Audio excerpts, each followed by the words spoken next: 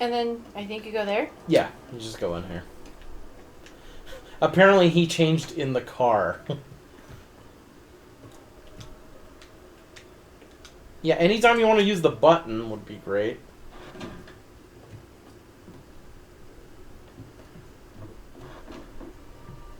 Release the boat. Just searching through the files. I'm absolutely Russian. Didn't you say the hunt for Red October? That's what I was about to say. Look for the hunt of Red October. I just love fucking Craig Ferguson talking about, like, Sean Connery. He's like, he plays a Russian submarine commander. He's like, hello, I'm a Russian submarine commander. You know it, I know it. You're lucky I'm in this movie. Don't forget that he also speaks Russian with his accent, which I thought that was, like, amazing. Even those guys in the corner was like, I know! Yeah. Yeah, my favorite, he was talking about Sean Connery in Rising Sun, where he actually speaks in Japanese, and he's just like, and then the Japanese people are watching that like, what the fuck? I got something potato. What did you guys get? Oh, look. Well, look at that handsome man right there, who's totally not me. Because I'm wearing a beret. Yeah. That guy is obviously not me. I'm wearing a beret. How do you get... Oh, it's over here. Oh, there's the room. Yeah, it's just like, where am I supposed to go? Ooh, you get an assault It's an rifle. excellent automatic. It's a tremendous automatic rifle. I was supposed to ask you... Oh!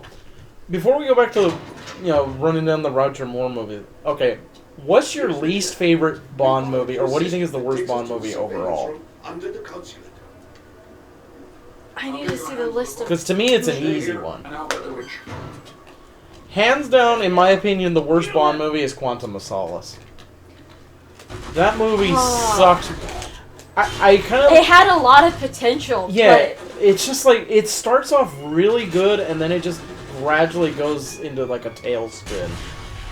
You know your movie's bad when the video game based on it is like 1,000 times better.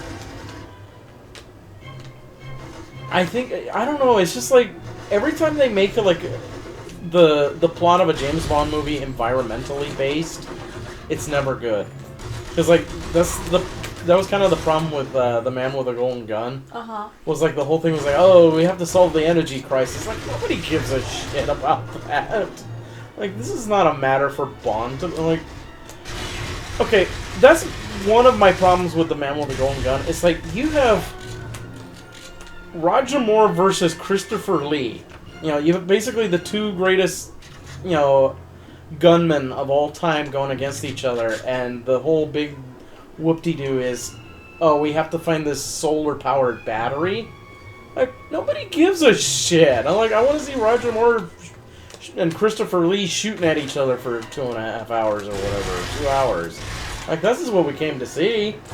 Nobody cares about the save the planet storyline. Okay, so for me, it's a tie between two movies, and they're both Pierce Brosnan. Really? Yes. Okay, I know Diana of the Day is one. What's the other one? The other one is The World Is Not Enough. You don't like The World Is... I really didn't like that one. Why? I think it's, like, kind of underrated. I just think, I mean, I will admit there's a lot of... The nuclear physicist is what really killed it for me. That I understand, because she's the worst miscasting. It was the miscast. Oh my god. So, like, I'm totally a scientist. Like, oh my god. Like, I'm like, you really expect us to believe that Denise Richards is a smart person? But then also, too, in there as well, there was like a lot of double crossing. Plus, to the point where not even the bad guy was doing all that double crossing, and I'm just like, fucking A! Oh, well, I was going to say, also going back to Denise Richards, is the fucking name they gave her. Wasn't it like it was Christmas Jones. And it's just, the nuclear physicist, Christmas. They literally named her that so that he can make the joke at the end. I thought Christmas only comes once a year. Yeah. Like, they actually made fun of that in, like, a Robot Chicken thing. Like, they're in bed together, and he makes that joke, and she's like, are you fucking serious? Or whatever. But yeah, and then afterwards, it's Quantum of Solace. Yeah, no, a Quantum of Solace is just, like... It's just horrible. The only positive thing I can say about it is it's, like, the shortest Bond movie, so at least it's not, like, 2.5 hours. Because that would really suck if it was, like, extra long. Yeah, this is why you needed to upgrade the armor. These fucking guys.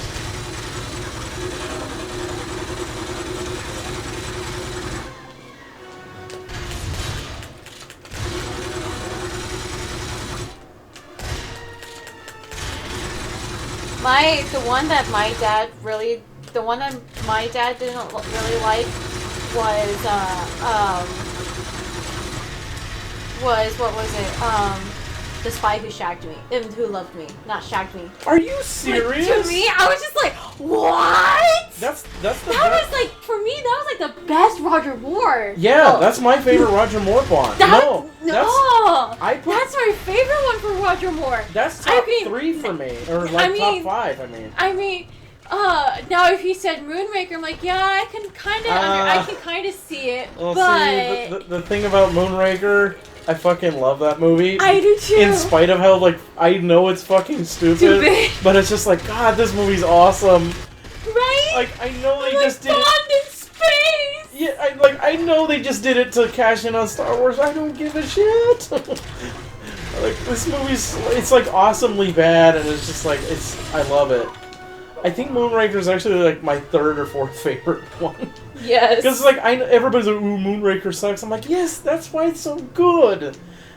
It's the good kind of suck, not the bad kind. I'm like, you don't understand. Yeah, because, like, that's the thing, like, I admit, it's like the League of Extraordinary Gentlemen. I admit it's a shitty movie, I don't care. But it's fun. I have fun watching it. It's a literary Avengers. Yeah, and it's like... You can't say no to that. Yeah. But, yeah, no, I don't care who knows how much I love Moonraker. But, I can't... Why does he not like The Spy Who Loved Me?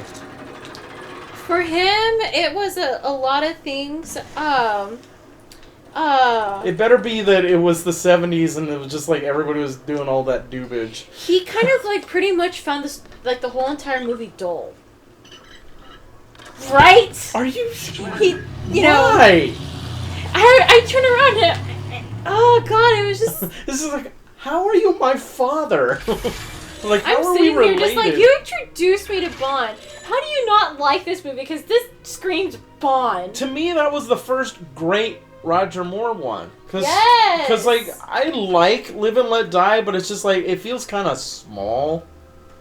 It's like Dr. No. It really is Roger Moore's Dr. No in more ways than it's just his first one. It really does feel like that kind of like, this is kind of a small thing. Things will get bigger and better. And then, of course, Man with the Golden Gun, it really was just like... It should have been just Roger Moore and Christopher Lee shooting at each other, playing this cat and mouse... Can you imagine, like, a cat and mouse thriller Bond movie instead of this, like, we need the solar battery? Like... See, now for me, as crazy as it is...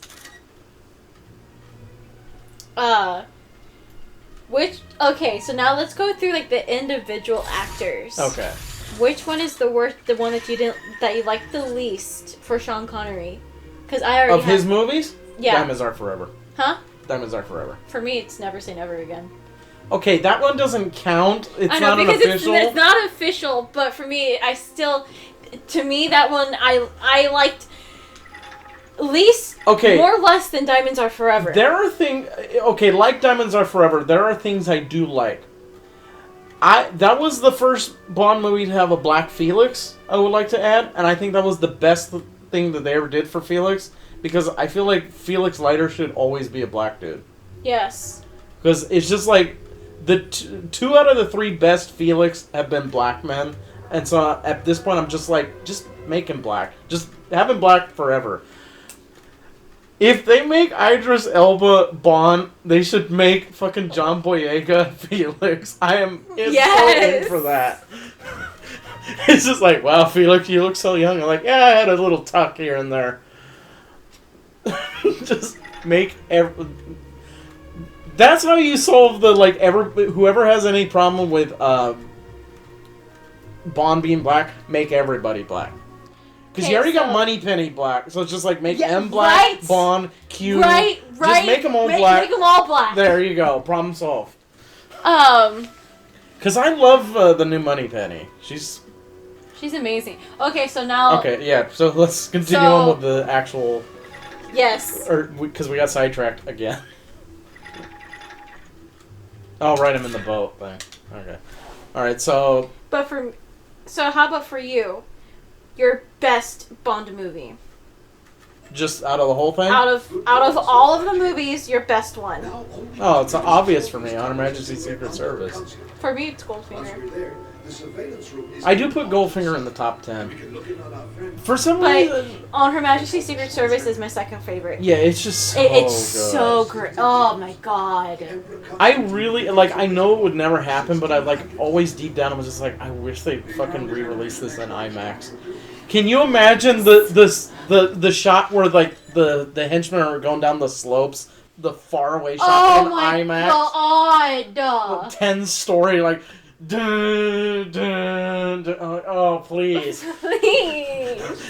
It's like, I don't ask for... It's like, I'm not usually a praying man, but if you're up there, God. Please, make this happen. Give me On Her Majesty's Secret Service in IMAX. I don't have to ask what's your favorite George... Okay, so your favorite Sean Connery one is obviously, then it's Goldfinger. Goldfinger. My favorite is one that a lot of people shit on for no reason. My favorite Sean Connery is You Only Live Twice. That's my other... See, that's my... Goldfinger is my all-time favorite out of all the Bonds. That's your runner-up, pretty much. That's pretty much my runner-up for Sean. Like, if you're dividing it up between the different actors, it's again Goldfinger, and then pretty much, well, actually Goldfinger and You Only Live Twice are like, they're tied. Yeah, because a lot of people are like, oh, it's so ridiculous. I'm like, that's why it's... Fuck you. I'm like, go watch the scene with Little Nelly. Tell me that shit's not awesome. The fucking volcano lair. Here they come. I think people just shit on it because, like, oh, it's stupid because that's what inspired Austin Powers. I'm like, that's what makes it so cool. It's a cool movie. It's like perfectly epitomizes the excess of the 60s Bonds. Yes. So now... Alright, hold on, I gotta change the controls. This is pissing me off. Oh, good, I can't change them. Okay, go on. So, I'm guessing Moonraker is your favorite for Roger Moore? No. The Spy Who Loved Me. That's my favorite, too. I put The Spy Who Loved Me as the 4th best James Bond movie. Yes. And to me, it's the best Roger Moore one. See, that was the one that I saw when I saw that rerun like a few years ago of all the Bond movies. That was the one that I saw that made me like say, why did I not like you before? Yeah, because if you think about it, it's kind of almost like Roger Moore's equivalent of You Only Live Twice, in a way. Yeah. And actually, if you think about it, Moonraker is almost kind of like the same movie as The Spy Who Loved Me. It's just in space instead of underwater. I am getting my ass kicked. See, for me, I'm probably like one of the fattest of the weirdest of the bunch. See, for me, what was it? My second favorite Roger Moore movie is Live and Let Die. And that one gets a really, I know it's like, it's seated as like one of, like for a lot of people it says like, oh, that's the worst. Yeah, I used to put it near the bottom, but now that I'm older, I'm just like, it's not that bad. Yeah, no, it's not that bad. Before I used to be like, oh, the only good thing about it is the Paul McCartney song. I'm like, no, it's actually really entertaining. Because it's like, it's kind of kooky. And that's what I like about it. It's like it embraces its weirdness. Yes. And plus, you gotta love, you know. Yes. Like, oh come on, that's like right that's up like there. Beautiful. All right, so I got killed, so I'm gonna have to redo this section again, and we're already at like 15 minutes or whatever. So we will see you all in the next one. We will continue our discussion of Roger Moore and all the Bond movies at large.